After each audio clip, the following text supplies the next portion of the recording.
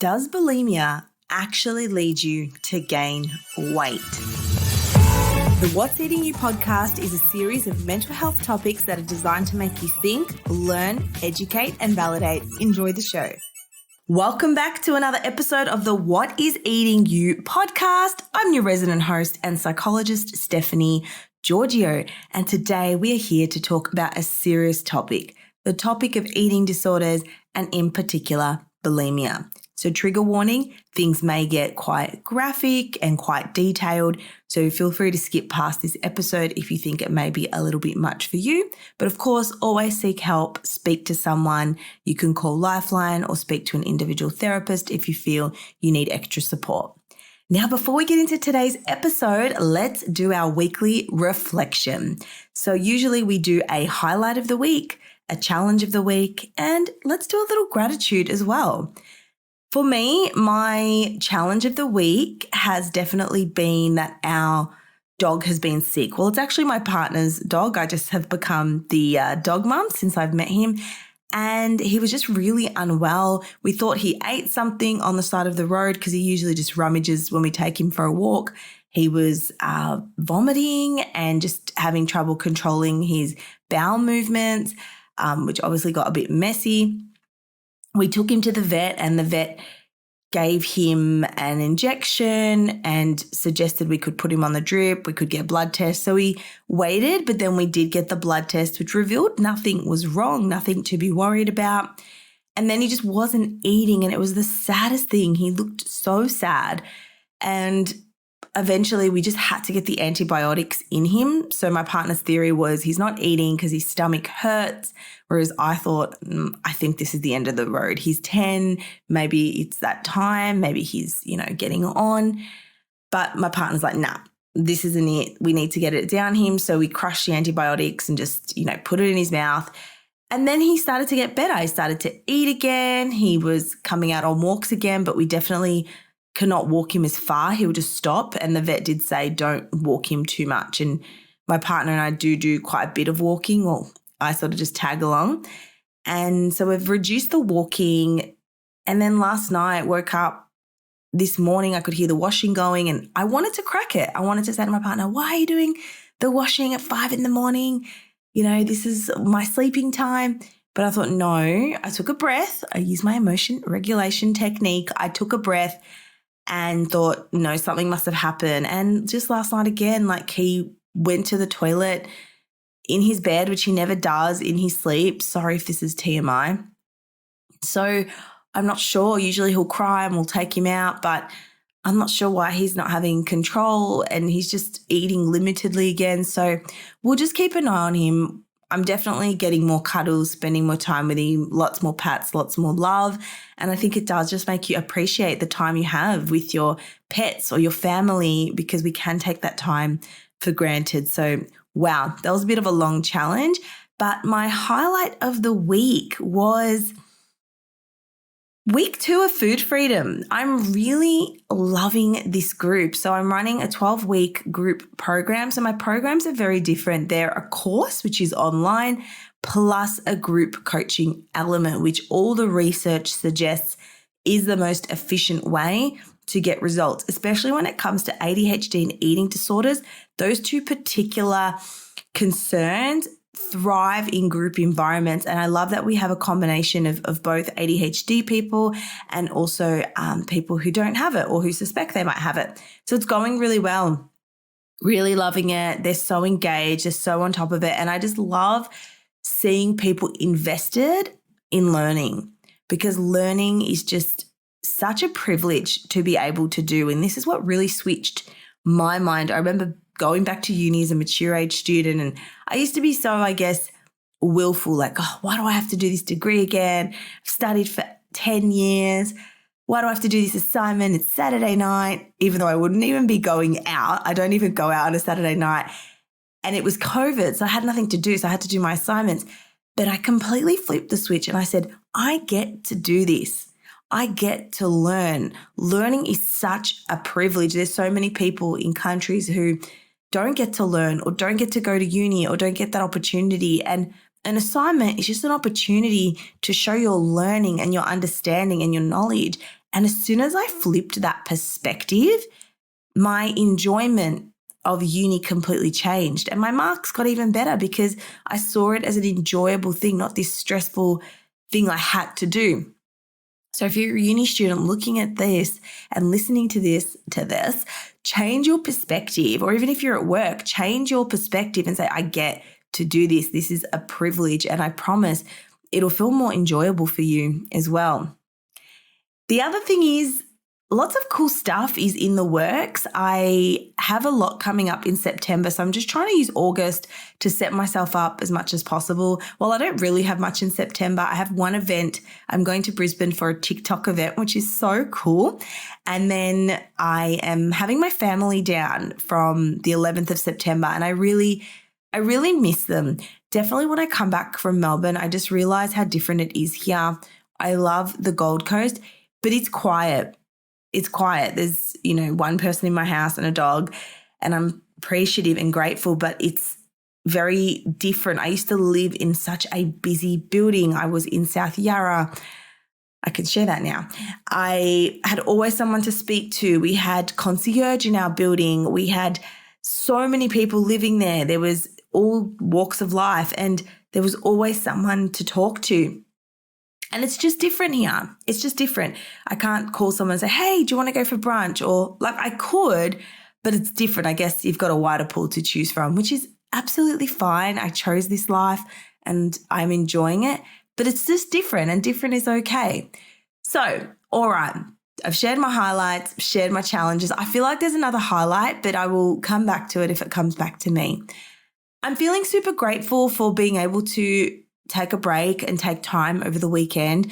I was just reflecting, and obviously I don't have children, so I believe that gives me a lot more time than what people with children have. And that time just gives you so much freedom to journal, freedom to do what you want. And it's not as though people without kids can't do that, or with kids, can't do that. But I think you almost take that time for granted when you don't have it. So that's definitely my gratitude, is just having time to do the things I enjoy doing.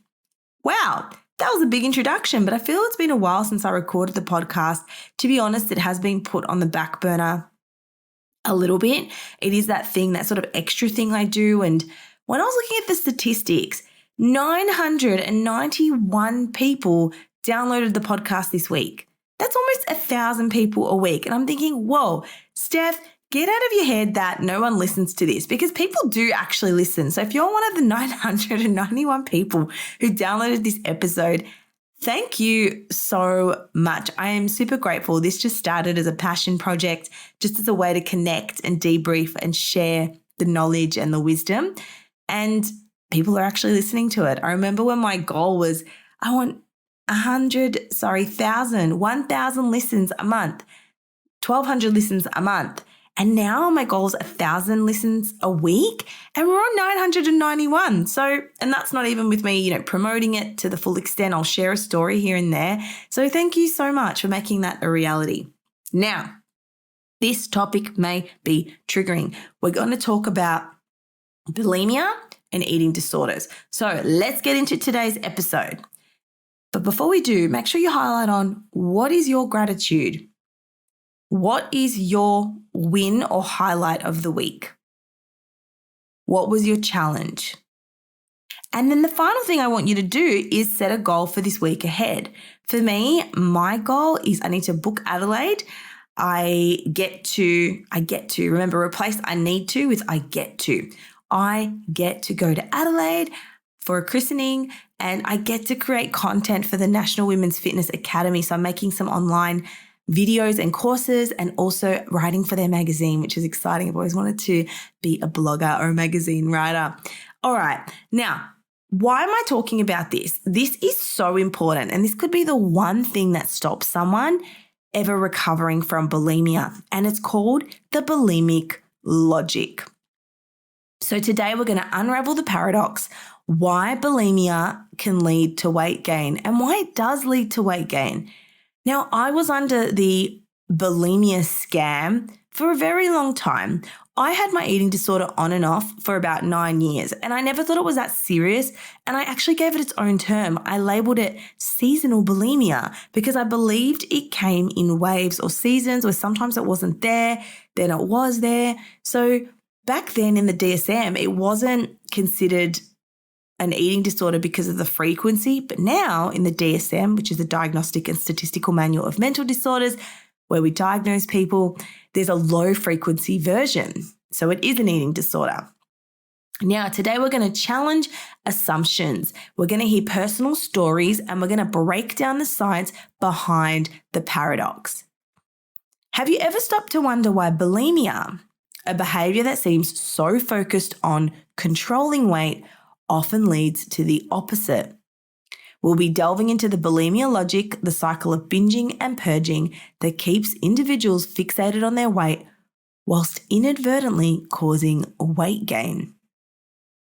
What is bulimia? Bulimia nervosa is an eating disorder where the person is trying to control their weight by frequently engaging in purging, self-induced vomiting, or other compensatory behaviors such as taking laxatives, fasting, diuretics, excessive exercise, following binge eating. So in the typical cycle, someone with bulimia will usually diet or go on a strict diet. They will be very restrictive during the day. They'll try to push out their hunger with coffee or just push it out. They will eat very minimally. And because they're not eating enough and because they have a lot of food rules, so they think, I shouldn't eat after 5, or I shouldn't eat bread, or pasta is bad. Whatever the food rule is, everyone has food rules. I encourage you to reflect on yours. The minute they break a dietary rule, so they have more chocolate than they anticipated, or they have the pizza, that immediately sends them down this negative thought spiral. I've stuffed up. What's the point? I can't stick to anything. And then they think, I might as well binge and I'll start tomorrow. Now, the binge is biological and psychological. When you've put your brain through a scarcity experience or you've restricted food, it is going to try to get its needs met and it's going to feel out of control. People say it's like a switch flicks and I'm this different person. And I remember once a psychotherapist said to me, she goes, not even white nights can drag you away from a binge. And I was like, yeah, girl, that's really true. And she struggled with her own eating disorder too. That switch is literally your brain going into survival mode. That is literally your brain going to flight or fight because it doesn't know when you're going to try starve it again. Now, what's really interesting is as I've worked with people with bulimia, binging and purging comes as this group. It comes as this package deal. Whereas the biggest thing the person with bulimia needs to work on is not the binge eating, but the actual purging, because they cannot see a world through the bulimic logic, a world of binging without purging. They think if I binge, I have to purge. So they try to stop the binging, but the binging is actually saving them from the restriction and dieting. It's the purging they actually need to work with, because without purging, binging won't exist in the same capacity. So it's a vicious cycle that feeds itself, and it is something you can break, but you have to break the bulimia logic. The bulimia logic is the belief that I need to purge what I binged in order to stop weight gain. They think if I make myself vomit, if I take laxatives, if I fast, then I'm undoing the damage of the binge. But the binge is actually undoing the damage of the restriction. The binge is actually very functional for so many reasons. And when people actually start to see their body change when they stop purging, they cannot believe it. I've worked with women, and I do not promote weight loss in any way, shape, or form. I promote life again. When they stop purging, they're actually shocked to see that their body changes, their bloating changes, it goes down, their weight changes, they're feeling lighter, they're feeling better, they have more energy. They're so shocked. They're like, oh my God, I binged and I didn't gain weight, because purging actually makes you gain weight. And I'm going to talk about why. And I know that this is really hard to, accept. Here's a quote from an individual who struggled with it herself. "It's like I was in a constant tug of war with myself. The more I binged and purged, the more weight I seemed to gain, but I couldn't break free from the cycle." This is from someone who battled bulimia for years. So let's dive in to the top 4 reasons why bulimia can result in weight gain, shedding light on the science that underlies the counterintuitive phenomenon. Number 1, the number of calories absorbed from a binge, even after purging, is often greater than the number that would have been absorbed on a binge-free day. I know this is a tough pill to swallow, and there's lots of different theories. Apparently, calories are absorbed from chewing. So even just chewing your food, you are absorbing calories.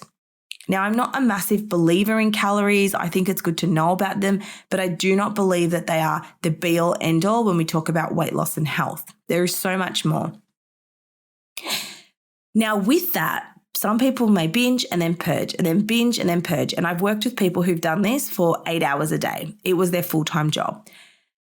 When you're doing that, you often think that you're getting rid of all the food, which brings me to number 2.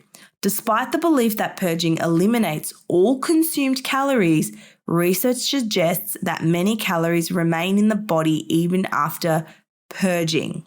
So it doesn't matter how sick you're making yourself, you're just simply not getting rid of everything. And a lot of the calories are being absorbed before you even purge anyway. Reason number 3, bulimia can lead to a slower metabolism, causing the calories your body absorbs to be stored rather than used as energy. So remember, because you are basically abusing your body, you're putting it through this tumultuous, vicious cycle. It's trying to help you. It's trying to save you.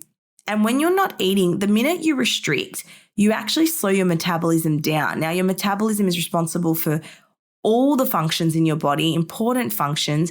Slower metabolism means, everything moves slower, like your ability to lose weight, you feel more tired, etc. So it actually slows your metabolism down, because when you're eating so little, your body thinks, I don't know what's happening. I need to go into this starvation state. I need to sort of protect you. I need to slow everything down. And that's why people are so perplexed that, oh my God, I need to binge more. I need to restrict more. I'm not losing weight. Reason 4. Recent studies indicate that calorie absorption may begin much earlier in the digestive process when an individual has bulimia. Isn't that interesting? Calorie absorption begins earlier, and this is where I said in chewing it can start. Reason number 5. Binge episodes can escalate in size and severity, causing individuals to regain any, I'm going to call it perceived lost weight. The body struggles to keep up with the cycle. So a lot of women I've seen with bulimia, in the initial stages, it's what we would consider, rewarding. You're like, it's working. Oh my gosh, this is actually helping me eat whatever I want and not gain weight. You think you found this magic unicorn. You're like, wow, I can just purge my food. What a smart way to not gain weight. But everyone who I have met, or every person I've come across with bulimia, at some point, they cannot keep it up anymore. And the weight they perceive they lost comes back. And a lot of it is just water weight, to be honest. It's the same with laxatives. When you use laxatives, you are pooping out empty calories. You're just ridding your body of, it's like cutting an arm off. Like, of course, if you cut your arm off, you're going to be lighter because there's less mass to your body. Sorry about the graphic example, but I need to get through to you here and tell you why vomiting and excessive exercising is actually not going to maintain your weight. You're going to gain weight over time. And I'm happy to scare you if that's going to scare you into action.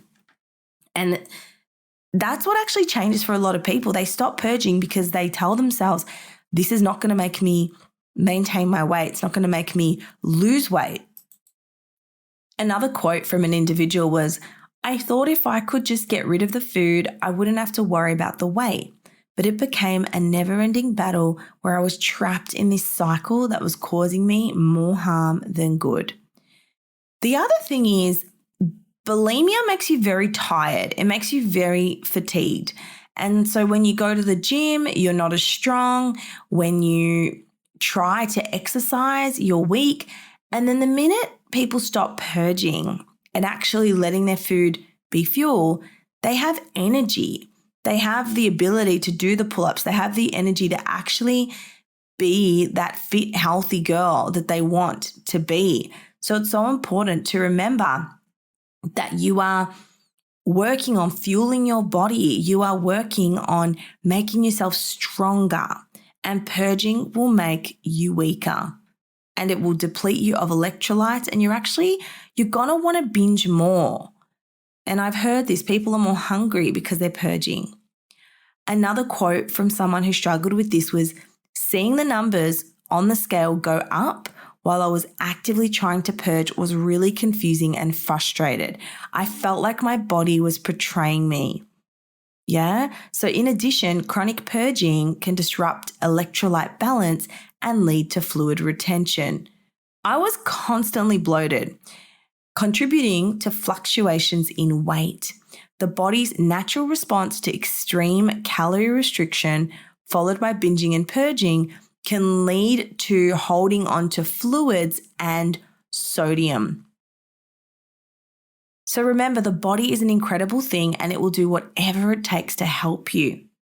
According to a study mentioned on Eating Disorder Hope, over 50% of individuals with bulimia nervosa maintain a normal weight or are overweight. This stark reality highlights that the perception of weight loss through purging, it does not hold true. And another quote was, "I used to think that I could eat whatever I wanted and just get rid of it later. But the weight started creeping up and I realized it wasn't as simple as I thought." So if you have bulimia and you're in the initial stages, because I believe it goes in stages and phases, where you're in the honeymoon stage and you think that this is an amazing weight loss strategy, think again. It's going to creep up on you.